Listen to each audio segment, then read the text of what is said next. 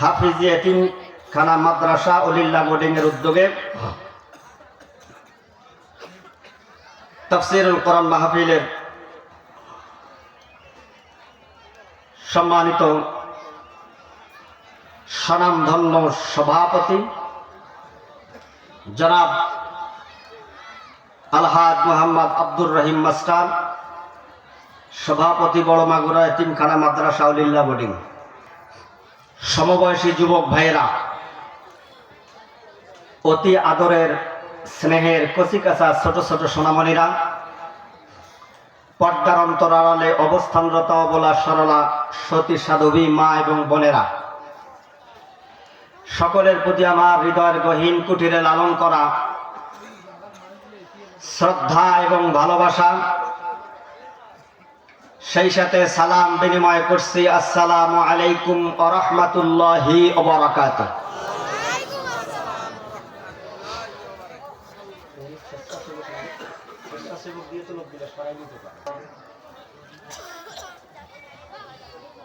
আপনাদের এই বাজারের পাশে পূর্ব পাশে যে জমিটা, এটা নিয়ে তো আপনাদের সাথে দীর্ঘদিন থেকে আমার বিরোধ চলছে।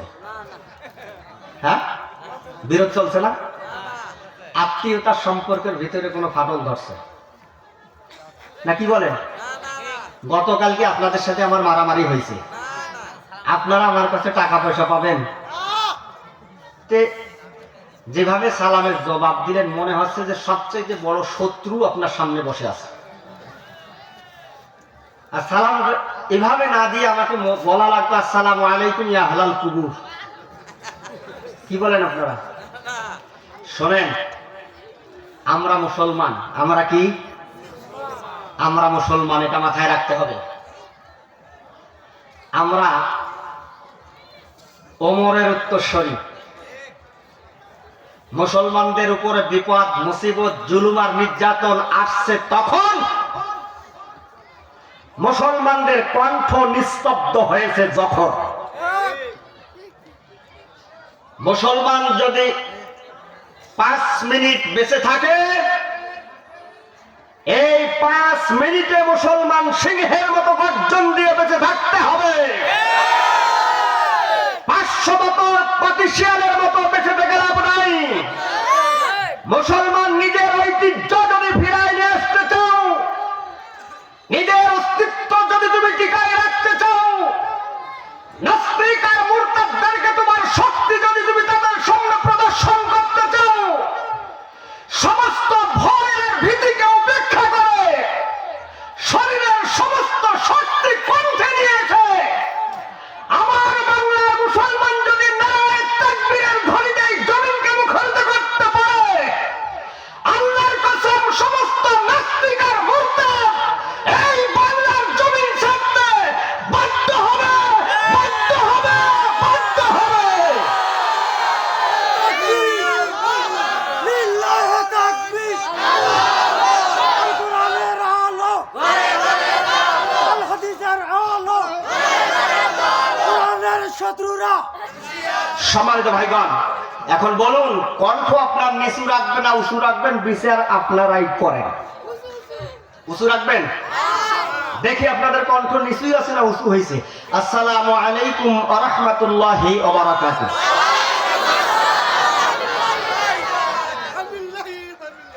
শুকরিয়া আদায় করছি মহান রবের দরবারে যে আল্লাহ রাব্বুল আলামিন আমাদেরকে দয়া করে মায়া করে হাজার মানুষের ভিতর থেকে, ওই মার্কেট থেকে যাচাই আর বাছাই করে কোরআনের মাহফিলে আসার সুযোগ করে দিয়েছেন। সেই মুনিবের দরবারে শুকরিয়া আদায় করছি, আলহামদুলিল্লাহ। দরুদ ও সালাম পাঠ করছি রাসূলের উপরে সাল্লাল্লাহু আলাইহি ওয়াসাল্লাম। রূহের মাগফিরাত কামনা করছি সমস্ত শহীদ ভাইদের জন্য, আল্লাহুম্মা আমিন। বিশেষ করে দোয়া করছি 2024 ছাত্রদের গণ অভ্যুত্থানে যারা জীবন দিয়েছেন, তার মধ্যে অন্যতম এই অভ্যুত্থানের নায়ক যিনি দৃষ্টান্ত স্থাপন করে গিয়েছেন, যিনি এই সবুজ ভূখণ্ডটাকে স্বাধীন করার জন্য প্রথম রক্ত জমিনে ঢেলে দিয়েছেন, তিনি আমাদের পাশেরই সন্তান শহীদ আবু সাঈদ পীরগঞ্জের জমিনে শুয়ে আছেন। আমরা তাদের জন্য দোয়া করছি, আল্লাহ তাদের সকলকে শহীদের সর্বোচ্চ মর্যাদা দান করুক, আল্লাহুম্মা আমিন। আপনাদের সামনে তেলাওয়াতকৃত আয়াত সূরা বনী ইসরাঈল 23 এবং 24 নম্বর আয়াত তেলাওয়াত করেছি। কত নম্বর আয়াত? 23 এবং 24 নম্বর আয়াত তেলাওয়াত করেছি। আলোচনার বিষয় হচ্ছে আল্লাহর ইবাদতের পরে কার ইবাদত করব। কথা বুঝতে পারছেন আমার? আমি ভূমিকায় কোনো কথা বলতে চাচ্ছি না, ডাইরেক্ট আমি আমার আলোচনার ভিতরে ঢুকতে চাচ্ছি। যেহেতু সময় অনেক হয়ে গিয়েছে, ডাইরেক্ট আমার আলোচনার ভিতরে আমি ঢুকতে চাচ্ছি। আমি প্রাণ ভরে আপনাদেরকে আল্লাহ চাইলে আলোচনা শোনাবো। আমি শোনাতে চাইলে শুধু হবে না, আপনাদের শোনারও মানসিকতা থাকতে হবে। আলোচনা যেহেতু করার জন্য বসেছি, আল্লাহর কাছে সাহায্য কামনা করছি। এখানে যারা বসেছেন অধিকাংশরাই যুবক মানুষ আছেন। আলোচনা যদি শুনতে হয় তাহলে আমাকে একটু সহযোগিতা করতে হবে। পারবেন ইনশাআল্লাহ? সহযোগিতাটা হচ্ছে সেটা আপনাদের কাছ থেকে জেনে নেব, তবে আমাকে একটা কথা দিতে হবে। আলোচনা শেষ হওয়ার আগে কে কে উঠে চলে যাবেন একটু হাত তুলে দেখান তো। আপনাদের কাছে ওয়াজ করে মজা পাওয়া যাবে, আপনারা ওয়াজ বোঝেন। কে কে যাবেন না তারা একটু দুই হাত তুলে দেখান। লিল্লাহে তাকবীর, লিল্লাহে তাকবীর। আশপাশে একটু তাকিয়ে দেখেন, হাতকে তুলে নেই, বুঝবেন যে ওই প্লেয়ার চলে যাইবে। লিল্লাহে তাকবীর। কোরআনের মজলিস, কোরআনের সম্মান রক্ষার্থে আমরা পরিবেশ নষ্ট করব, পরিবেশ নষ্ট করব না। আল্লাহ আপনাদেরকে কবুল করে নিন। সম্মানিত ভাইগণ, তেলাওয়াতকৃত আয়াত সূরা বনী ইসরাঈল আয়াত নম্বর 23 এবং 24। আলোচনার বিষয় হচ্ছে আল্লাহর ইবাদতের পরে কার ইবাদত করব। সম্মানিত ভাইগণ, ভালো করে কান লাগান। কোরআন শোনার জন্য এসেছি। কোরআনের মাহফিলের সম্মান বজায় রাখার জন্য, কোরআনের সম্মানকে অক্ষুণ্ণ রাখার জন্য আমরা সবাই স্বতঃস্ফূর্তভাবে এই কোরআন শোনার জন্য এসেছি, যাতে করে কোনো ধরনের বিশৃঙ্খলা না হয়। যদি কারো জন্য বিশৃঙ্খলা হয়, একটা মানুষ যদি কোরআন শোনা থেকে বিরত থাকে, আল্লাহর কসম করে বলি এর গুনাহ দায়ভার নিয়ে তাকে কিয়ামতের ময়দানে দাঁড়াতে হবে। আল্লাহ রাব্বুল আলামিন জানিয়ে দিয়েছেন, কদম রাব্বুকা আল্লা তা'বুদু ইল্লা ইয়্যাহু ওয়া বিল ওয়ালিদাইনি ইহসানা ইম্মা ইয়াবলুগান্না ইনদাকাল কিবারা আহাদুহুমা আও কিলাহুমা ফালা তাকুল লাহুমা উফফিন ওয়ালা তানহারহুমা وقل لهما قولا كريما واخفض لهما جناح الذل من الرحمة وقل رب ارحمهما كما ربياني صغيرا। আল্লাহ রাব্বুল আলামিন জানিয়ে দিচ্ছেন, তোমার রব ফয়সালা করে দিয়েছেন। তেলাওয়াতকৃত তিনটা আয়াতের সরল অনুবাদ বলছে, আল্লাহ রাব্বুল আলামিন বলছেন তোমার রব ফয়সালা করে দিয়েছেন, তোমরা কারো ইবাদত করো না, একমাত্র তার ইবাদত করো। 2 নাম্বার আছে পিতামাতার সাথে ভালো ব্যবহার করো। যদি তোমাদের কাছে তাদের কোনো একজন বা উভয় বৃদ্ধ অবস্থায় পৌঁছে যায়, তাহলে তাদেরকে পর্যন্ত বলো না, এবং তাদের সাথে ধমকের স্বরে জবাব দিও না, বরং তাদের সাথে মর্যাদা সহকারে কথা বলো। 24 নম্বর আয়াতে আল্লাহ রাব্বুল আলামিন বলছেন, আর দয়া ও কমলতা সহকারে তাদের সামনে বিনম্র থাকো এবং দোয়া করতে থাকো। এই বলে, হে আমার প্রতিপালক, তাদের প্রতি দয়া করো যেমন তারা দয়া মায়া সহকারে আমাদেরকে প্রতিপালন করিয়াছেন। এই ছিল তেলাওয়াতকৃত আয়াতের সরল অনুবাদ। আল্লাহ রাব্বুল আলামিন অত্র আয়াতে কারিমার মধ্যে বলেছেন, তোমার রব ফয়সালা করে দিয়েছেন। কি করেছেন? আরো করে বলেন, কি করেছেন? ফয়সালা করেই দিয়েছেন। তোমরা কারো ইবাদত করো না, শুধুমাত্র একমাত্র তারই ইবাদত করো। তারই বলতে কারে বোঝাচ্ছেন? আর যারা বলেন, কারে বোঝাচ্ছেন? আল্লাহ বলছেন, তোমরা কারো ইবাদত করো না, শুধুমাত্র একমাত্র তারই ইবাদত করো। 2 নাম্বার বললেন যে তোমার পিতা মাতার সঙ্গে সদাচরণ করো। পয়েন্ট পাইলাম কয়টা? আরো জোরে বলেন, মাত্র আয়াতে পয়েন্ট পাইছি কয়টা? 2টা। 1 নাম্বার পয়েন্ট হচ্ছে ইবাদত করতে হবে কার? আরো জোরে বলেন, ইবাদত করতে হবে কার? এরপরে কার ইবাদত করব? আল্লাহর ইবাদতের পরে মা বাবার প্রতি ইহসান করার কথা হয়েছে। দুনিয়াতে অসংখ্য মানুষ রয়েছে, হাজার কোটি মানুষ রয়েছে, তাদের কথা বললেন না। আল্লাহর ইবাদতের পরে যাদের ইবাদত করার কথা বললেন, যাদের মর্যাদার কথা বললেন, যাদের প্রতি ইহসান করার কথা বললেন, তারা হলেন মা আর বাবা। এই আয়াতের আল্লাহর ইবাদতের পরে পীর সাহেবের কথা বলেন নাই। এই আয়াতের আল্লাহর ইবাদতের পরে কোন বুজুর্গের কথা বলেন নাই, কোন টিচারের কথা বলেন নাই, কোন হুজুরের কথা বলেন নাই। বলছেন কার কথা? আর যারা বলেন, বলছেন কার কথা? তাহলে আমরা আলোচনার পাঠ পেয়েছি কয়টা? আলোচনার পাঠ পেয়েছি কয়টা? 2টা পাঠ পেয়েছি। আল্লাহর ইবাদতের পরে মা বাবার প্রতি ইহসান করতে হবে। আমরা 2টা পাঠে আলোচনা করব। প্রথমে আমরা আসি যে আল্লাহর ইবাদত কেন আমাদেরকে করতে হবে। প্রশ্ন জাগতে পারে না? কেন আল্লাহর ইবাদত করব? আপনাকে কেন আল্লাহর ইবাদত করা লাগবে? আল্লাহর ইবাদত এই জন্য আপনাকে করতে হবে, আল্লাহ রাব্বুল আলামিন জানিয়ে দিয়েছেন, আনিশকুরলি ওয়া লিওয়ালিদাইকা ইলাইয়াল মাসির।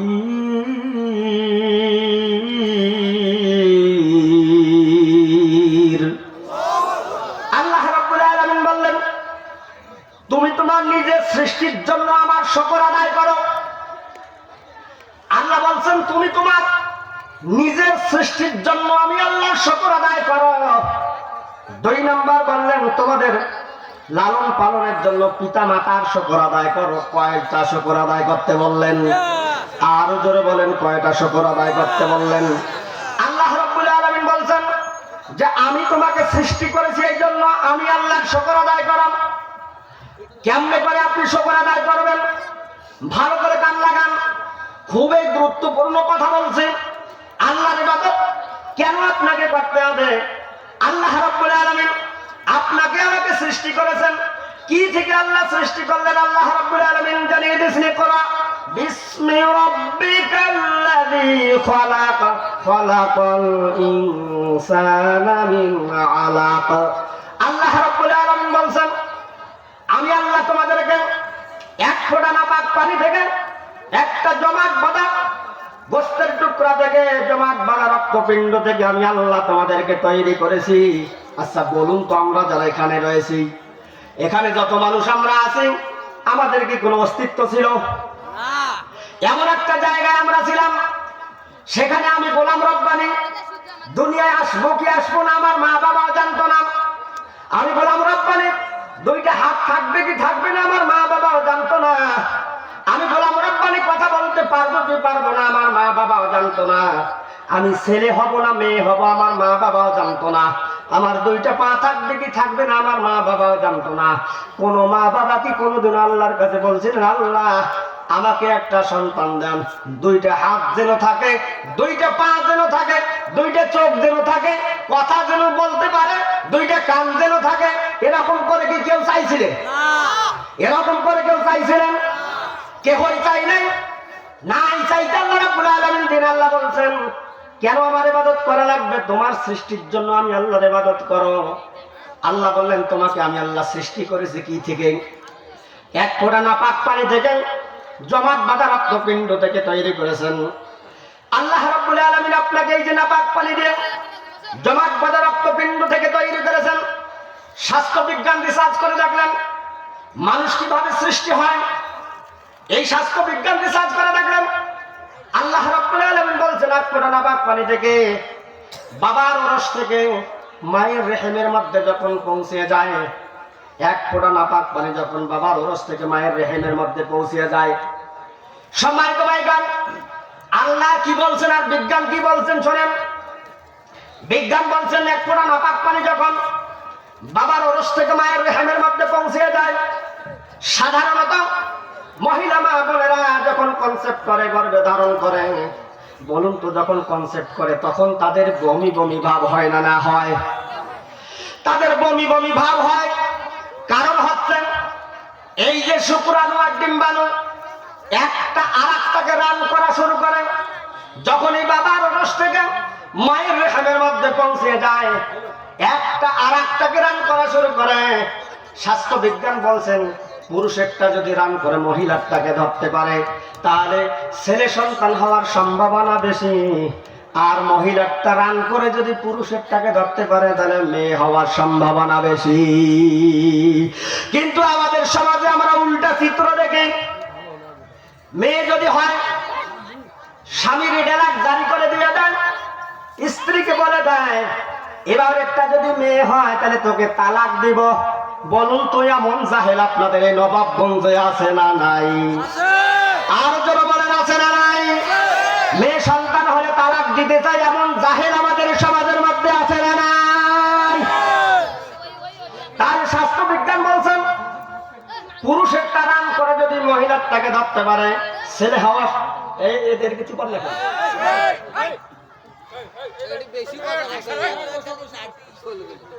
কোন ডিস্টার্ব করা যাবে না। স্বাস্থ্য বিজ্ঞান বলছেন পুরুষেরটা রান করে যদি মহিলারটাকে ধরতে পারে তাহলে ছেলে সন্তান হওয়ার সম্ভাবনা বেশি। তাহলে আমি ওই প্লেয়ারকে বলি, প্লেয়ার স্ত্রীকে বলো যে আসলে মেয়ে হইলে তালাক দেব, আগে তাকে বেঁধে রেখে পিটন দেওয়া দরকার। মেয়ে তোরটাই তো দুর্বল, তোরটা দুর্বল হওয়ার কারণে রান করে, তারটাকে ধরতে পারে না। তালাক দেওয়ার আগে ওইটাকে পিটন দেওয়া দরকার। তো নিজেরটাই দুর্বল আর তালাক দিতে চাই কাকে? স্ত্রীকে। মহিলা মা বোনেরা ভালো করে শুনে রাখেন, যেই জালিম আপনাদের উপরে এই জুলুমটা করবে তখন বলবেন বিজ্ঞান বলছে তোমারটা শক্তিশালী হলে রান করে আমারটাকে ধরলে ছেলে হওয়ার সম্ভাবনা বেশি। অতএব তোমারটা দুর্বল, রান করতে পারে নাই বিদায় মেয়ে দিয়েছে, এটা বিজ্ঞান বলছে। কিন্তু ছেলে মেয়ে উভয় দেওয়ার মালিক কে? আরো জোরে বলেন মালিক কে? এখানে কি স্ত্রী কোনো দোষ আছে? তাহলে যারাই মেয়ে হওয়ার কারণে স্ত্রীকে মারে, স্ত্রীকে তালাক দেয়, তাহলে দুনিয়াতে সব চাইতে বড় জালিম হচ্ছে সে। কারণ আল্লাহর সৃষ্টির উপরে হাত বাড়ায় যে দুনিয়ার জমিনে সবচাইতে বড় জালিম হচ্ছে সে। এই যে শুক্রাণু আর ডিম্বাণু রান করা যখন শুরু করলেন, একটা আর একটাকে ধরতে চায়। এই রান করতে গিয়ে মহিলারা প্রথম কনসেপ্ট করলে এই যে বমি বমি ভাব হওয়ার পিছনে কারণ হচ্ছে শুক্রাণু আর ডিম্বাণু যখন রান করা শুরু করে একটা আর একটাকে দাবড় দেয়, ধরা শুরু করে। এই যে একটা আর একটাকে রান করতে করতে একটা আর একটার সঙ্গে সংঘর্ষ বেঁধে যায় মায়ের রেহেমের মধ্যে। এই বাচ্চা ছেলেটার মধ্যে রান করতে গিয়ে আচার খায়, দেয়ালের সঙ্গে আচার লাগার কারণে সেখানে মারা যায়। আল্লাহ রাব্বুল আলামিন বলছেন বাবার ওরস থেকে এক ফোঁটা নাপাক পানি যখন মায়ের রেহেমের মধ্যে পৌঁছে, এক ফোঁটা নাপাক পানি থেকে আমি আল্লাহ 40,000 বাচ্চা তৈরি করার প্রক্রিয়া সম্পন্ন করি। তাহলে জোরে বলুন তো এক ফোঁটা নাপাক পানি থেকে আল্লাহ কতটা বাচ্চা তৈরি করার প্রক্রিয়া সম্পন্ন করেন? বোঝেন নাই মনে হয়? 40,000 একটা মা সন্তান গর্ভে ধারণ করে, একটা দুইটা তিনটা চারটা এর অতিরিক্ত বাচ্চা হওয়া শুনেছেন আপনারা? তাহলে আল্লাহ বলছেন একটা মায়ের গর্ভে 40,000 বাচ্চা তৈরির প্রক্রিয়া আমি আল্লাহ সম্পন্ন করি। সেখান থেকে রান করতে গিয়ে একটা আর একটার সঙ্গে আছাড় লেগে যায়, একটা আর একটার সঙ্গে ধাক্কা লেগে সেখানেই মারা যায়। 40,000-এর ভিতর থেকে 39,999 জন মারা যাওয়ার পরে আমি গোলাম রব্বানি দুনিয়াতে এসেছি। তাহলে বলুন তো, আল্লাহ আপনাকে আমাকে কম ভালোবাসে না বেশি ভালোবাসে? তাহলে 40,000-এর ভিতর থেকে আপনাকে আমাকে দুনিয়াতে আসার সুযোগ করে দিলেন। তাহলে ওই যে 39,999 জন যে মারা গেলেন, তার মধ্যে তো আপনার রুহটাও থাকতে পারতো, আমার রুহটাও থাকতে পারতো। তাহলে আপনাকে আল্লাহ ভালোবাসেন, আমাকে আল্লাহ ভালোবাসেন, যাচাই আর বাছাই করে দুনিয়াতে আসার সুযোগ করে দিলেন। বলুন তো, সেই আল্লাহর ইবাদত করা, সেই আল্লাহর শুকরিয়া আদায় করার দরকার আমাদের আছে না নাই? তাহলে তোমার সৃষ্টির জন্য আল্লাহ শুকরিয়া আদায় করে বললেন কে? আরো যারা বলেন, কে বললেন? আল্লাহ রাব্বুল আলামিন জানিয়ে দিচ্ছেন, আমি আল্লাহ রাব্বুল আলামিন তোমাদেরকে সৃষ্টি করেছি, এই কারণে তোমরা আমার শুকরিয়া আদায় করো। এখানে দুইটা পয়েন্ট বের হয়, অন্য কারো ইবাদত করো না, পিতামাতার সাথে সদাচরণ করো। এখন পিতামাতার সঙ্গে সদাচরণ করার আগে আল্লাহর ইবাদত আমরা করি। আল্লাহর ইবাদত আপনাকে কেন করতে হবে? কাউকে যদি আপনি রব মানতে চান, কাউকে যদি আপনি রব বলে স্বীকার করতে চান, কমপক্ষে মিনিমাম 3টা বৈশিষ্ট্য তার ভিতরে থাকতে হবে। কয়টা? আরো যারা বলেন কয়টা? 3টা বৈশিষ্ট্য থাকতে হবে। 1 নাম্বার হবেন, তিনি হবেন আইনদাতা। 2 নাম্বার, তিনি হবেন রিজিক দাতা। 3 নাম্বার, তিনি হবেন অবাধ মুক্ত। কয়টা পাইলাম আমরা? তাহলে রবের শর্ত আছে। রব তাকে বলা যায়। কেন আপনি রবের ইবাদত করবেন? কেন আপনি রবের শুকরিয়া আদায় করবেন? 1 নাম্বার হচ্ছে তিনি হবেন আইনদাতা। আপনাদের বিবেকের কাছে প্রশ্ন করে যাচ্ছি, এই যে বাংলাদেশ গঠিত হয়েছে থেকে 1971 সনের পর থেকে এই যে 54 বছরে, বলুন তো আমাদের যে সংবিধান রচনা হয়েছে, বাংলাদেশ যেই সংবিধানের আলোকে চলে, এই সংবিধানে সংশোধনী আনা লাগছে না না লাগছে? আর যারা বলেন সংশোধনী আনা লাগছে না না লাগছে? তাহলে বাংলাদেশের এই সংবিধান কি কোরআনের আগে? বুঝতেছেন না? তাহলে কোরআনের আগে না পরে? কোরআনের পরে যদি হয়ে থাকে, এই 54 বছরে কতবার সংশোধন করা লেগেছে, আরো যে কত হাজারবার সংশোধন করা লাগবে। আজ থেকে 1500 বছর আগে আল্লাহ রাব্বুল আলামিন কোরআনুল কারীমকে দুনিয়ার জমিনে প্রেরণ করলেন। সেখানে বললেন, জেনাকার যদি জেনাকারী যদি ধরা পড়ে, জেনাকার যদি পুরুষ হয়, বিবাহিত পুরুষ যদি হয়, তাহলে তাকে গলা পর্যন্ত বুতে পাথর নিক্ষেপ করে তাকে হত্যা করো। আর জেনাকার যদি অবিবাহিত হয়, তাহলে 100টা দণ্ডা মারো, 100টা আঘাত করো। আবার বললেন যে চোর যদি ধরা পড়ে, চোরের একটা হাত কেটে দাও।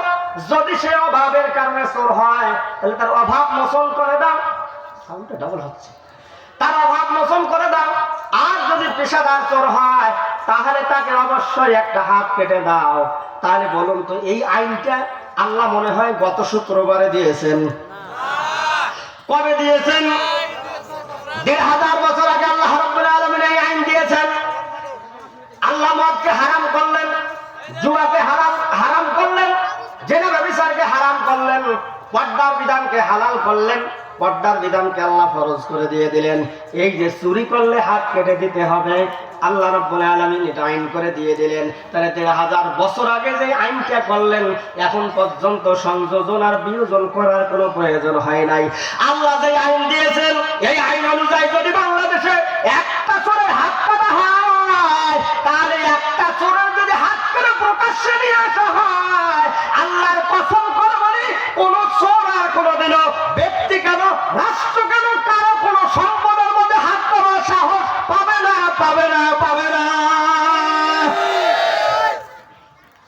যে আইনের কোন সংশোধন লাগে না, সেটা কি? আরো যারা বলেন সেটা কি? এই কোরআনের কোন সংশোধনের প্রয়োজন হয় না। তাহলে এই কোরআনকে নাজিল করেছেন কে?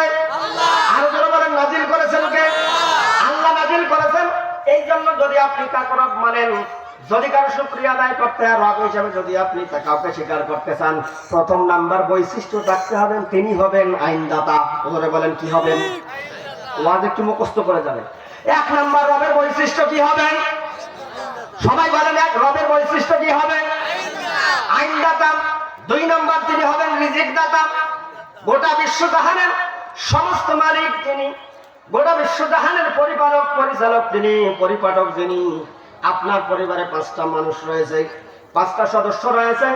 একটা ছেলে ভালোভাবে কাজ করে না, আপনার কথা শোনে না।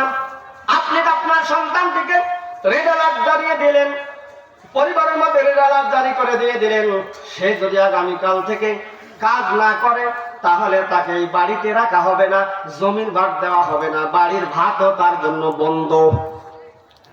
এরকম হয় না? তাহলে আপনার এই সন্তানটা একটু কাজ না করার কারণে আপনি তার ভাত বন্ধ করে দিয়ে দিলেন। আপনার কয়দিন কাজ করলো না? 1 দিন, 2 দিন, 3 দিন, 1 মাস, 2 মাস, 3 মাস, 1 বছর, 2 বছর, 3 বছর, কিন্তু আপনার বয়স এখন পর্যন্ত 80 হয়ে গিয়েছে, এখন পর্যন্ত আপনি নামাজের জন্য মসজিদে গেলেন না। আপনার বয়স 100 হয়েছে, আপনি এখন পর্যন্ত মদ ছাড়তে পারলেন না। আপনার বয়স 50 হয়ে গেছে, এখন পর্যন্ত আপনি জুয়া ছাড়তে পারলেন না। আল্লাহ না শুকরিয়া আদায় করেন। আল্লাহ কি আপনাকে কোনোদিনও বলছে যে বেঈমান তুই আমার জমিন সীমার বাহিরে চলে যা? বলছে কোনোদিন? আকাশ সীমার বাহিরে চলে যা বলছে কোনোদিন? এরপরে মানুষ নাফরমানি করতেছে, অসংখ্য নাফরমানি করতেছে, তারপরে আল্লাহ তার রিজিকের ব্যবস্থা করেছেন না নাই করে? আরো জোরে বলেন, রিজিকের ব্যবস্থা করেছেন না নাই করে? আল্লাহ রাব্বুল আলামিন এই জন্য সকল মাখলুকাতের রিজিকের ব্যবস্থা করেন। 3 নম্বর বৈশিষ্ট্য আছে, তিনি হলেন অভাব মুক্ত। তিনি কি? অভাব মুক্ত। আপনি আমি যত হাজার কোটি টাকার মালিক হই না কেন, আপনার প্রয়োজন হাজার হাজার কোটি টাকা সম্পদ থাকতে পারে, আপনার একটা কোদালের যদি প্রয়োজন হয় তাহলে আপনার অন্যের বাড়িতে যাওয়া আপনাকে লাগে না? না লাগে? একটা পাশুরের প্রয়োজন হলে অন্যের কাছে যাওয়া লাগে না? না লাগে? তাহলে আমরা মানুষ বলুন তো অভাব যুক্ত না অভাব মুক্ত? আমরা হলাম অভাব যুক্ত। যিনি অভাব মুক্ত তিনি তার পরিচয় দিচ্ছেন। আল্লাহ রাব্বুল আলামিন জানিয়ে দিয়েছেন, কুল হুয়াল্লাহু আহাদুল্লাহুস সামাদ লাম ইয়ালিদ ওয়া লাম ইউলাদ ওয়া লাম ইয়াকুল লাহু কুফুয়ান আহাদ। আল্লাহ রাব্বুল আলামিন বললেন, হে নবী আপনি বলুন আল্লাহ এক। কি বললেন? আপনি বলুন আল্লাহ কয়? আল্লাহ এক, যার কোনো শরীক নাই। তিনি হলেন মাবুদ, তিনি কাউকে জন্ম দেননি, তেনাকেও কেউ জন্ম দেননি, আর তিনি কারো মুখাপেক্ষী নন, তিনি হলেন অভাব মুক্ত। অতএব রব যদি হতে হয় 1 নাম্বার বৈশিষ্ট্য থাকা লাগবে, তিনি হবেন আইনদাতা, 2 নাম্বার তিনি হবেন রিজিক দাতা, আর 3 নাম্বার তিনি হলেন অভাব মুক্ত। এমন বৈশিষ্ট্য যার ভেতরে আছে তাকে রব বলে স্বীকার করা যায়। তাহলে 3টে গুণ আমার আল্লাহর ভিতরে আছে না নাই? আরো জোরে বলেন, 3টা বৈশিষ্ট্য আমার আল্লাহর ভিতরে আছে না নাই? তাহলে সেই আল্লাহর শুকরিয়া আদায় করার দরকার আমার আছে না নাই? সম্মানিত ভাইগণ, এই জন্য বলছিলাম আলোচনার 2টা পাঠের মধ্যে প্রথম নাম্বার পাঠ হচ্ছে আল্লাহর ইবাদত, আল্লাহর শুকরিয়া। আপনারা কেন উঠতেছেন? মুরব্বী মানুষ যারা যদি একেবারে বেশি চাপ দিয়ে থাকে তারা যাইতে পারে, কিন্তু যুবক মানুষ একটা উঠবেন না। প্রয়োজন হলে কাম ওই জায়গায় সারেন, কিন্তু উঠে যাবে না। সম্মানিত ভাইগণ, আপনাদের কি খারাপ লাগতেছে নাকি? শেষ করে দেব? আমি তো প্রথমেই বলছি যে আমার আলোচনায় লোকজন উঠে উঠে করলে একদম খারাপ লাগবে, আর একবার যদি ওঠে তো ঠাস করে ওই জায়গাতে শেষ করে দেবো আলোচনা। এটা কোরআনের মাহফিল ভাই, এটা কিন্তু আসলে তামাশা করার জায়গা না, এটা কোরআনের মাহফিল। অতএব কোরআনের সম্মানার্থে এই কাজটা করা যাবে না। সম্মানিত ভাইগণ, আল্লাহর ইবাদত এই জন্য আপনাকে করতে হবে। আল্লাহ রাব্বুল আলামিন জানিয়ে দিয়েছেন, আল্লাহু লা ইলাহা ইল্লা হুয়াল হাইয়ুল কাইয়্যুম লা তাখুযুহু সিনাতুন ওয়া লা নাওম লাহু মা ফিস সামাওয়াতি ওয়া মা ফিল আরদ মান যাল্লাযী ইয়াশফা'ু ইনদাহু ইল্লা বিইযনি। আল্লাহ রাব্বুল আলামিন বলছেন, আল্লাহ হলেন চিরজীবী। আল্লাহ কি বলছেন? কেন আপনি আল্লাহ শুকরিয়া আদায় করবেন? কেন তাকে রব বলে মানবেন? আল্লাহ বলছেন, আমি আল্লাহ চিরজীবী, চিরস্থায়ী সত্তা। এরপরে তিনি বললেন, তিনি ছাড়া আর কোনো মাবুদ নেই। তিনি ঘুমান না, এমনকি তার ঘুমেরও তন্দ্রা আসে না। আসমান ও জমিনে যা কিছু আছে সবাই তারই কাছে। তারা এবং কে আছে তার অনুমতি ছাড়া সুপারিশ করতে পারে। আল্লাহ রাব্বুল আলামিন বললেন তিনি চিরজীবী চিরস্থায়ী। তিনি কি? তিনি হলেন চিরজীবী আর চিরস্থায়ী। তিনি ঘুমান না, ঘুমের তন্দ্রা আসে না। মুসা আলাইহিস সালাতু ওয়াস সালাম আল্লাহ রাব্বুল আলামিনকে একদিন জিজ্ঞাসা করলেন, হে আমার রব, আচ্ছা আপনি বলেন তো আপনি না ঘুমাইয়া থাকেন কেমনে? খুব জটিল প্রশ্ন না? মুসা আলাইহিস সালাতু ওয়াস সালাম আল্লাহকে বলছেন, আল্লাহ আপনি না ঘুমাইয়া কেমনে থাকেন? আল্লাহ বলছেন, মুসা তুমি তা বুঝবা না। মুসা আলাইহিস সালাতু ওয়াস সালাম বলছেন, আল্লাহ আমি বুঝি না দেখি তো আপনাকে প্রশ্ন করেছি। মুসা আলাইহিস সালাতু ওয়াস সালাম বলছেন, আল্লাহ আমার জানার খুব আগ্রহ। আল্লাহ রাব্বুল আলামিন বুঝে গিয়েছেন যে মুসা নাছর বান্দা। মুসা যেটা জানতে চায়, আমি আল্লাহর কাছে যেটা আবদার করেছে, আবদার সে পূরণ করে ছাড়বে। মুসা আলাইহিস সালাতু ওয়াস সালামকে আল্লাহ রাব্বুল আলামিন বললেন, হে আমার মুসা, হে আমার খলিল, তুমি এক গ্লাস পানি নিয়ে আসো। একটা কাঁচের গ্লাসে করো, এক গ্লাস পানি নিয়ে আসো। এক গ্লাস পানি নিয়ে এসে মুসা আলাইহিস সালাতু ওয়াস সালামকে বললেন, তুমি কাঁচের গ্লাসটা হাতে করে ধরে দাঁড়িয়ে থাকো। আর আল্লাহ রাব্বুল আলামিন ঘুমকে অর্ডার করলেন, তুমি মুসাকে ধরো। ঘুমকে অর্ডার করলেন যে মুসাকে ধরো।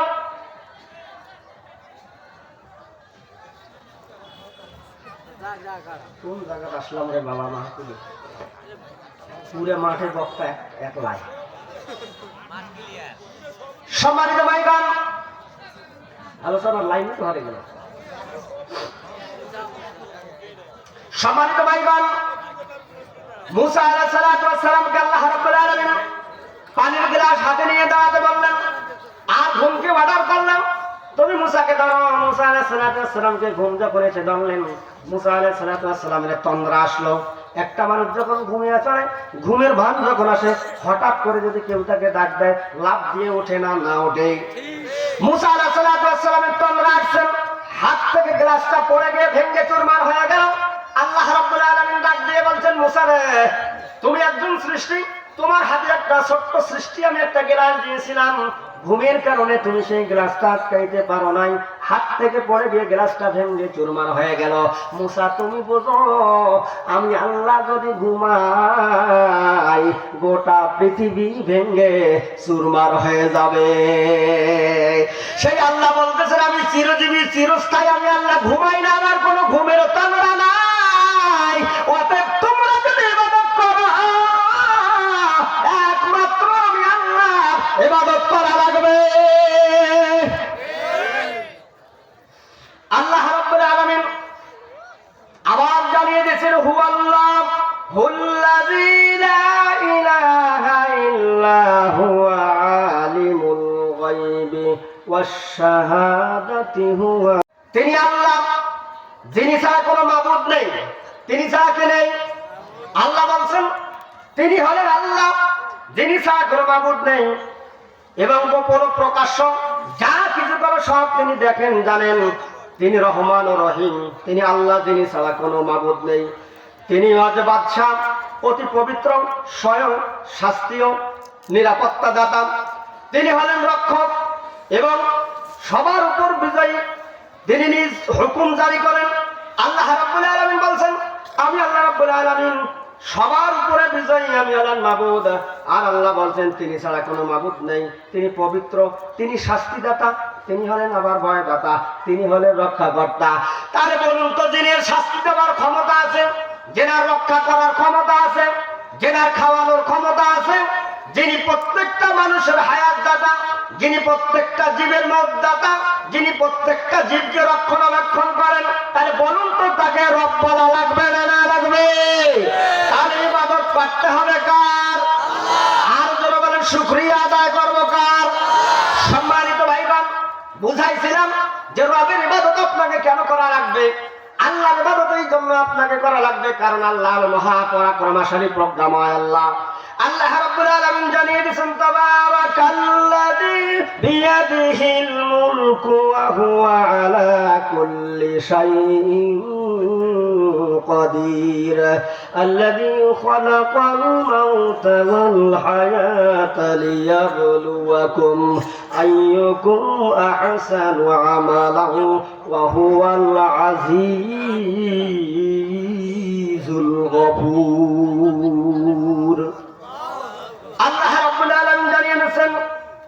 বরকতময় তিনি, যার হাতে সর্বময় কর্তৃত্ব। এরপরে বলছেন আর তিনি সব কিছুর উপর সর্বশক্তিমান, যিনি মৃত্যু জীবন দান করেছেন, সৃষ্টি করেছেন, যাতে তিনি তোমাদেরকে পরীক্ষা করতে পারেন। আল্লাহ রাব্বুল আলামিন জানিয়ে দিলেন, আমি আল্লাহ রাব্বুল আলামিন তোমাদেরকে সর্বময় আমার কর্তৃত্ব বিরাজমান। আল্লাহ বলছেন আল্লাযী খলাকাল মাউতা ওয়াল হায়াতা লিয়াবলুয়াকুম আইয়ুকুম আহসানু আমালান ওয়া হুয়াল আজিজুল গফুর। তার গোটা পৃথিবীতে কর্তৃত্ব নেতৃত্ব কার?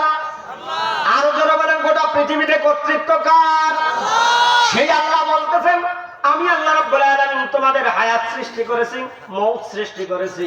এই আয়াতের মধ্যে প্রথম কথাটা আল্লাহ বলছেন আল্লাযী খলাকাল মাউতা, মউত সৃষ্টি করেছি। তাহলে এই আয়াত প্রমাণ করে আপনি আমি দুনিয়াতে আসার আগে মউতের ফয়সালা করে রেখেছেন যিনি, তিনি আমাদেরকে। তাহলে দুনিয়াতে আসার আগে মরণের ফয়সালা করেছেন কে? আপনি কতদিন বাঁচবেন কেউ বলতে পারেন? একটা প্লেয়ার হাত তুলে দেখান তো, আমি এতদিন বাঁচবো। কেউ আছেন? তাহলে আপনি ক্ষমতা দেখান কিসের? তাহলে আপনি যদি না জানেন কবে মারা যাবো, আমি যদি না জানি, এই যে কথা বলতেছি, কথা বলা শেষ করে স্টেজ থেকে নামতে পারবো কি পারবো না, সেই গ্যারান্টি আমি গোলাম রব্বানি দিতে পারবো না। মায়ের কাছ থেকে দোয়া নিয়ে মাহফিলে এসেছি, আবার সেই মায়ের কোলে ফিরে যেতে পারবো কি পারবো না, আমি গোলাম রব্বানি সেই গ্যারান্টি দিতে পারবো না। কারণ আল্লাহর হাতে দাঁড়াকে আল্লাহ দুনিয়াতে আসার আগে আমার মরণটাকে ফিক্স করে দিয়েছেন। 1 সেকেন্ড আগেও আমি যাব না, 1 সেকেন্ড পরেও যাব না। তাহলে এই যে হায়াত এবং মউত আল্লাহ রাব্বুল আলামিন দিলেন, আগে মউতটাকে সৃষ্টি করলেন, এরপরে হায়াত সৃষ্টি করলেন। বান্দার মনের ভিতরে প্রশ্ন জাগে, আল্লাহ হায়াত দিয়ে দুনিয়াতে পাঠালেন, এই যে আমার মউতটা দেওয়ার দরকারটা ছিলটা কি? মাঝে মাঝে প্রশ্ন জাগে না ভাই এরকম, যে আল্লাহ দুনিয়াতে পাঠালেন ঠিক আছে, মরণটা দেওয়ার কোনো দরকারটা ছিল? মাঝে মাঝে একটু রাগ হয় না? এত কষ্ট করে বিদেশ খাটলেন,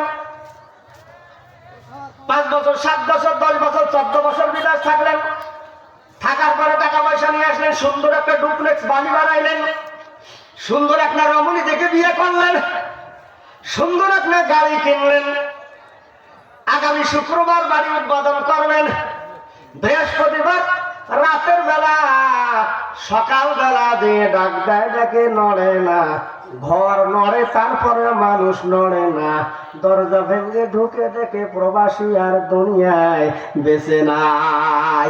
এরকমের ঘটনা ঘটে না, না ঘটে? তাহলে এই যে আল্লাহ রাব্বুল আলামিন এই যে মরণটা দিয়েছেন, বান্দা প্রশ্ন জাগে যে আল্লাহ হায়াত দিলেন, মউতটা কেন দিলেন? আল্লাহ এই জন্য বলতেছেন আল্লাযী খলাকাল মাউতা ওয়াল হায়াতা লিয়াবলুয়াকুম আইয়ুকুম আহসানু আমালা। আল্লাহ রাব্বুল আলামিন বলছেন বান্দা তোমাকে আমি হায়াত দিয়েছি এবং মউতটাও দিয়েছি, কারণ হচ্ছে একটা, লিয়াবলুয়াকুম আইয়ুকুম আহসানু আমালা। হায়াত দিয়েছি দুনিয়ার জীবনটা, এই জন্য তোমাকে দিয়েছি পরীক্ষা করার জন্য। এই পরীক্ষায় যারা সফলতার সহিত উত্তীর্ণ হতে পারবে, আমি আল্লাহ তাদের পরবর্তী জীবনটা সুখ আর শান্তিতে ভরপুর করে দিয়ে দেব। প্রশ্ন আপনাদের কাছে, বলুন তো, পরীক্ষার হলে কোন ছাত্র আর কোন ছাত্রী যদি 3 ঘন্টা সময় দেওয়া হয় লেখার ক্ষেত্রে, 3 ঘন্টা সময় লেখার ক্ষেত্রে তাদের প্রশ্ন যদি কমন না পড়ে, বলুন তো লিখতে পারে? না। এখন তো আর কমন পড়া লাগে না, হ্যাঁ, এখন আর কমন পড়া লাগে না। শিক্ষা ব্যবস্থা মাথায় পানি ঢালছে। যেই টিচার ক্লাস নেয় সেই টিচার বলে চিন্তার কোনো কারণ নাই, সেন্টারে ঢুকবা তুমি আর ওহী নাজিল করব আমি। এরকম বাটপা শিক্ষক এই সমাজে আছে না নাই? শিক্ষক যারা আছেন মন খারাপ করবেন না বাবা, আমি আপনাদেরকে অপমান করার জন্য বলছি না। আচ্ছা, এরকম করলে বলুন তো ওই বাচ্চাটার ভবিষ্যৎ কি ধ্বংস করলেন না উজ্জ্বল করলেন? এই যে পরীক্ষার হলে এই ছাত্রটা, এই ছাত্রীটা পরীক্ষার হলে যদি খাতায় না লেখে, কলম কামড়িয়ে ধরে যদি থাকে আর ফাঁকা খাতা যদি জমা দেয়, মনে হয় প্লাস পাবে। খারাপ লাগ, শেষ করবো, একটু মনোযোগী হন। তাহলে পরীক্ষার খাতা ফাঁকা রেখে যদি জমা দেয়, তাহলে পাস করবে না ফেল করবে? আর কোনো বলেন পাস করবে না ফেল করবে? সকল প্রশ্নের উত্তর যদি না দেয় তাহলে এই প্লাস পাওয়ার সম্ভাবনা আছে? এই প্লাস পাওয়ার সম্ভাবনা নাই। প্রশ্ন কমন না পড়লে আপনি লিখতে পারেন না, কিন্তু আপনি কি প্রশ্ন লাগবেন এই প্রশ্নটা আল্লাহ আপনাকে দুনিয়া আসার আগে প্রশ্ন আউট করে দিয়েছেন। বান্দা তুমি দুনিয়ায় গিয়ে কেমনে ভাবে চলবে, ব্যবসা কেমনে করবে সেটাও লিখে দেওয়া আছে, জীবন কেমনে চালাবে সেটাও লিখে দেওয়া আছে, বিয়ে কেমনে করবে সেটাও লিখে দেওয়া আছে, সংসার কেমনে চালাবে সেটাও লিখে দেওয়া আছে, ইবাদত কেমনে করবে সেটাও লিখে দেওয়া আছে। তাহলে প্রশ্ন আগে আউট করে দিয়েছেন। এরপরে যদি কোনো ছাত্র না লিখে ফাঁকা খাতা জমা দেয় তার বলুন তো সে পাস করবে না ফেল করবে? তাহলে সে যদি ফেল করে, আর মানুষ দুনিয়ার জমিনে দুনিয়ার পরীক্ষায় ফেল যদি করে, এই পাঠ্যক্রমের ক্ষেত্রে যদি শিক্ষার ক্ষেত্রে যদি ফেল করে হয়তোবা তার 1 বছর গ্যাপ হয়ে যেতে পারে।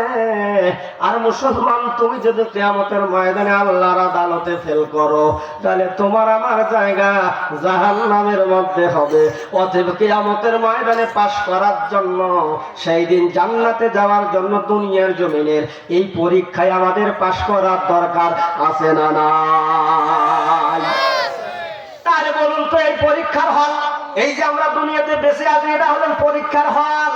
এই পরীক্ষার হলে আপনাকে যথাযথভাবে খাতা ভরপুর করা লাগবে, লেখা লাগবে। এখানে প্রশ্ন আছে, নামাজ 5 ওয়াক্ত আদায় করা লাগবে, যাকাত দেওয়া লাগবে, রোজা রাখা লাগবে, হজ করা লাগবে, যাকাত দেওয়া লাগবে, পর্দার বিধান মানা লাগবে, মদ হারাম বাদ দেওয়া লাগবে, জুয়া হারাম বাদ দেওয়া লাগবে, জেনা ব্যভিচার হারাম বাদ দেওয়া লাগবে, আপনার অন্যের জমি লুণ্ঠন করা, অন্যের সম্পদ লুণ্ঠন করা হারাম বাদ দেওয়া লাগবে। এই যে কমন প্রশ্ন যদি আপনি খাতায় উঠাতে না পারেন তাহলে আপনি পাস করবেন না ফেল করবেন। আল্লাহ বলছেন যে আমি আল্লাহ তোমাদেরকে এই হায়াত দিয়েছি, মরণ দেব আবার। এই যে মধ্যবর্তী যে জায়গাটা তোমাদের মাঝে আমি আল্লাহ এই জায়গাটা রেখেছি তোমাদেরকে পরীক্ষা করার জন্য। এই পরীক্ষায় তোমাদেরকে সন্তান দিয়েছি, এই পরীক্ষার জন্য সম্পদ দিয়েছি, এই পরীক্ষার জন্য জীবন দিয়েছি। আমি আল্লাহ বিভিন্নভাবে তোমাদেরকে পরীক্ষা করতে চাই। যারা পরীক্ষায় উত্তীর্ণ হবে এই পরীক্ষার ফলাফল হিসাবে আমি আল্লাহ তাদেরকে কিয়ামতের ময়দানে জান্নাতের মেহমান হিসাবে আমি আল্লাহ কবুল করে নিয়ে নেব। তাহলে বলুন তো যে আল্লাহ আমাদেরকে মাফ করে দিয়ে জান্নাত দিবেন তার ইবাদত করার দরকার আছে না নাই?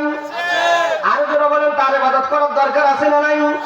তিনি হলেন সার্বভৌমত্বের মালিক, তিনি আসমান এবং জমিনের মালিক, তিনি সব কিছুর মালিক।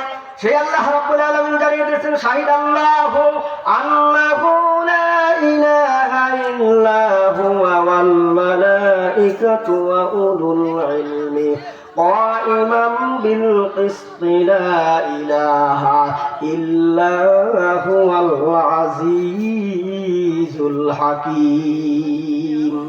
আল্লাহ রাব্বুল আলামিন বলছেন, আল্লাহ সাক্ষ্য দেন, আল্লাহ নিজে সাক্ষ্য দিচ্ছেন। তাই বান্দার আর কোন সংশয় থাকার কোন কারণ আছে?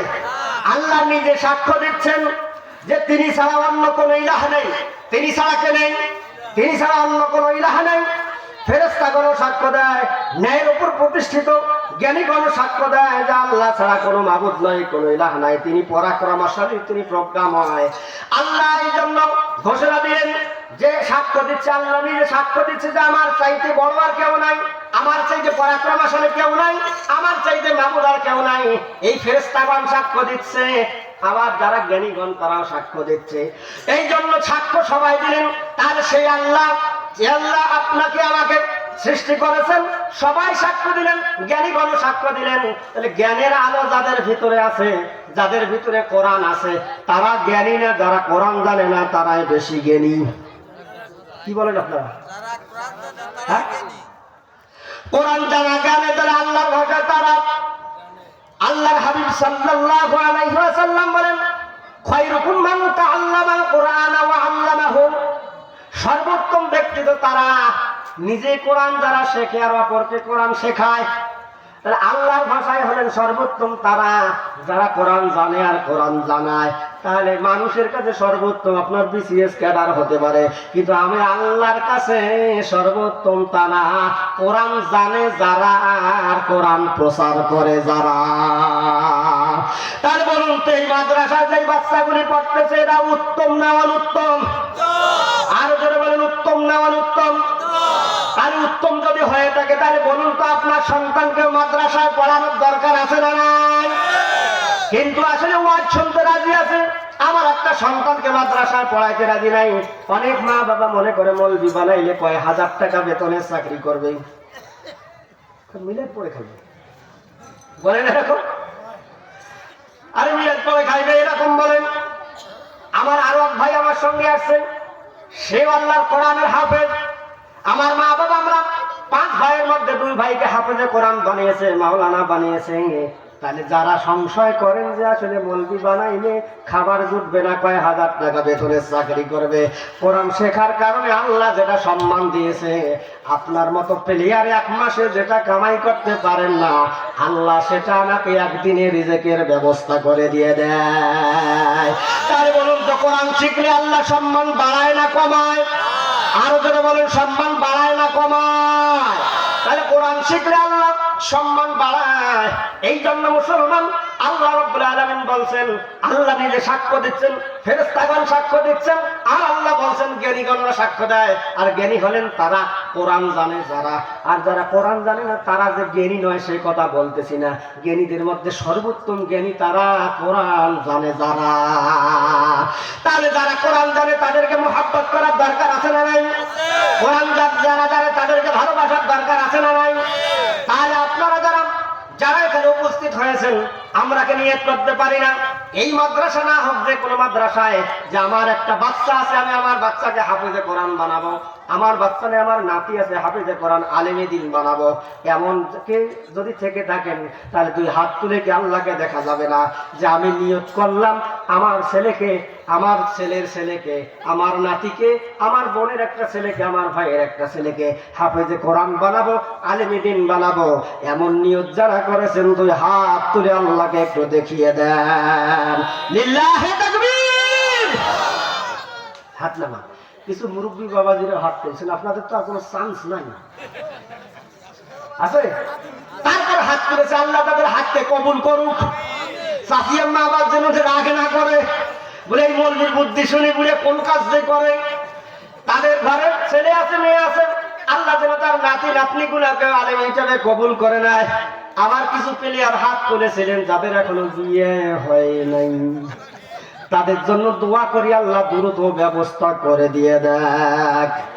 আর যখন তাদের হবে তখনও যেন আল্লাহ কবুল করে নেয়। তাহলে সম্মানিত ভাইগণ বলছিলাম, আল্লাহর ইবাদত এই জন্য করা লাগবে, রব বলে এই জন্য তাকে স্বীকার করা লাগবে। কারণ তার সাক্ষ্য দিচ্ছেন, আল্লাহ নিজে সাক্ষ্য দিলেন, ফেরেশতাগণ সাক্ষ্য দিলেন, জ্ঞানীগণ সাক্ষ্য দিলেন। এরপরে আল্লাহ রাব্বুল আলামিন জানিয়ে দিলেন, কুল ইন্নামা আনা বাশারুম মিসলুকুম ইউহা ইলাইয়া আন্নামা ইলাহুকুম ইলাহুন ওয়াহিদ। আল্লাহ রাব্বুল আলামিন জানিয়ে দিলেন, হে নবী আপনি বলুন আমি তোমাদের মতই মানুষ। আল্লাহর নবী বলছেন, আল্লাহ জানিয়ে দিচ্ছেন, হে নবী আপনি বলুন যে আমি তোমাদের মতই মানুষ। আর তবে আমার প্রতি এই মর্মে ওহী নাযিল করা হয়েছে, নিশ্চয় তোমাদের প্রতিপালক একক সত্তা। আল্লাহ রাব্বুল আলামিন জানিয়ে দিলেন, হে রাসূল আপনার সম্প্রদায়ের লোকজনগুলিকে আপনি জানিয়ে দেন। তো বলেন যে হে নবী আপনি বলেন যে আমি তোমাদের মতো একজন মানুষ, কিন্তু আল্লাহর পক্ষ থেকে আমার উপরে নাজিল করা হয়েছে, ওহী নাজিল করা হয়। আর সেই ওহীতে বলা আছে আমার আল্লাহ একক সত্তা, তোমার আল্লাহ যিনি, আমি নবী মুহাম্মাদের আল্লাহ তিনি। তাহলে আমাদের রব কয়জন? তাহলে বলুন তো সেই রবের ইবাদত করার দরকার আছে না নাই? আল্লাহ রাব্বুল আলামিনের ইবাদত কেন করা লাগবে? আল্লাহ বলেন ওয়া ইলাহুকুম ইলাহু ওয়াহিদুন লা ইলাহা ইল্লা হুয়ার রাহমানুর রহিম। আল্লাহ রাব্বুল আলামিন জানিয়ে দিলেন তোমাদের ইলাহ একই ইলাহ, এই রহমান রহিম ছাড়া আর কোনো ইলাহ নাই। আল্লাহ বলছেন তোমাদের রহমান একজন, রহিময় একজন, আর কোন ইলাহ নাই, তিনি ছাড়া আর কোনো করুণাময় নাই, তিনি ছাড়া আর কোনো দয়ালু নাই, তিনি ছাড়া আর কোনো রহম করনেওয়ালা নাই, করম করনেওয়ালা নাই। তাহলে কোরআন প্রমাণ করে ইবাদত যদি করতে হয় এক আল্লাহর করা লাগবে, তেনার চাইতে ক্ষমতাবান আসমান আর জমিনের মধ্যে আর কেউ নাই। তাহলে সেই রবের ইবাদত করার দরকার আছে না নাই? আলোচনা করছিলাম আল্লাহর ইবাদত আপনাকে কেন করা লাগবে, বুঝতেছেন তো আলোচনা? আরো একটা পাঠ কিন্তু আছে, শুনবেন? পজিশন থেকে তো শেষ করে দেওয়ারই মনে চাইছে। সম্মানিত ভাইগণ,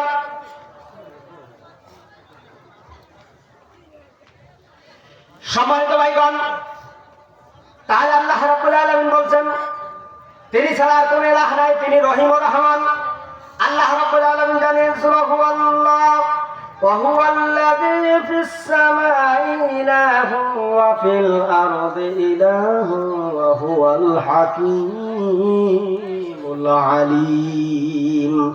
আল্লাহ রাব্বুল আলামিন জানিয়ে দিলেন যে তিনি রহমান, তিনি একক আল্লাহ, তিনি ছাড়া আর কোন ইলাহ নাই।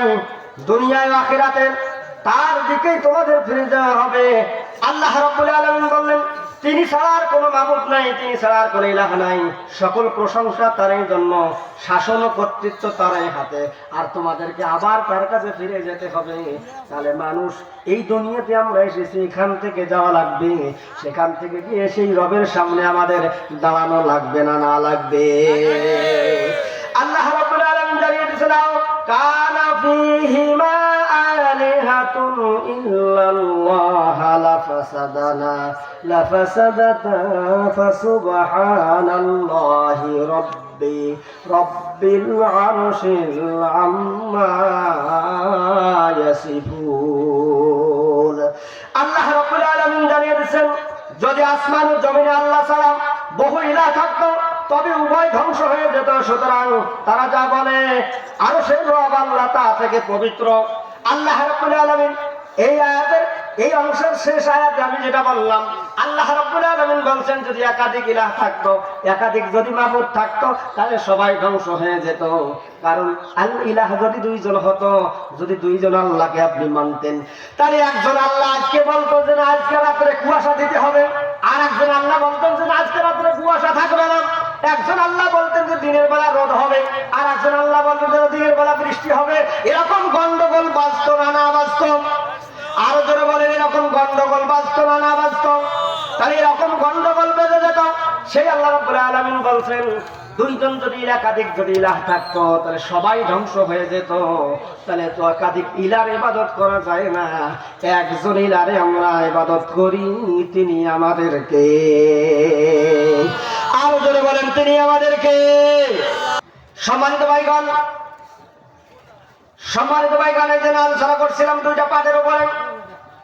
একটা পাঠ হলো আল্লাহর ইবাদত আপনি কেন করবেন, 2 নাম্বার পিতা মাতার প্রতি ইহসান করার কথা বলছেন। কেন আল্লাহ পিতা মাতার প্রতি, আমরা দ্বিতীয় পাঠের মধ্যে চলে আসি, শুনবেন। আর একটা আলো উঠবেন না, সবচাইতে গুরুত্বপূর্ণ জায়গা আমি পৌঁছে গিয়েছি। যদি আপনারা উঠেন তাহলে শেষ করে দেব, আলোচনা চালাবো। সম্মানিত ভাইগণ, 2 নাম্বার পাঠের পিতা মাতার প্রতি ইহসান কেন করা লাগবে।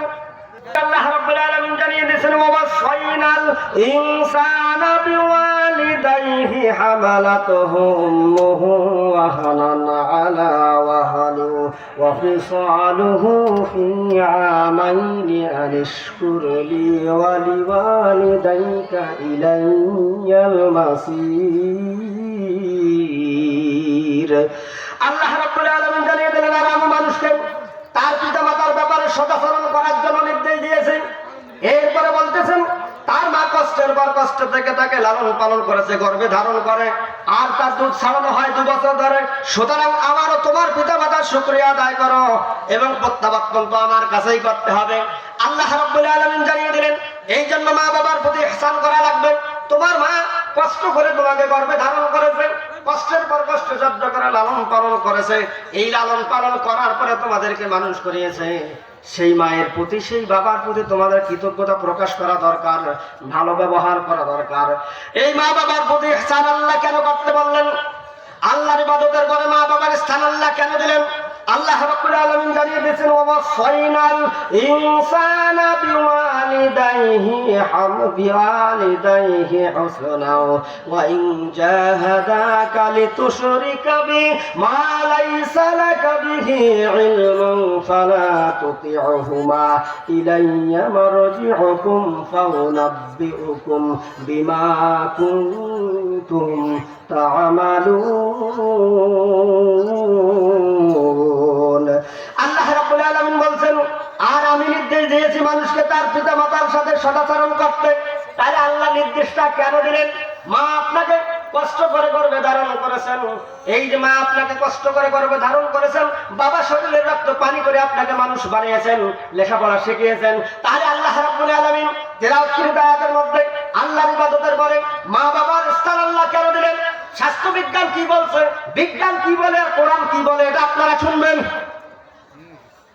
ঘুমাইনি নাকি? তাহলে কোরআন কি বলছে আর বিজ্ঞান কি বলছে? মা বাবার প্রতি কেন আল্লাহ ইহসান করার কথা বললেন? আল্লাহর ইবাদতের পরে মা বাবার স্থান আল্লাহ কেন দিলেন?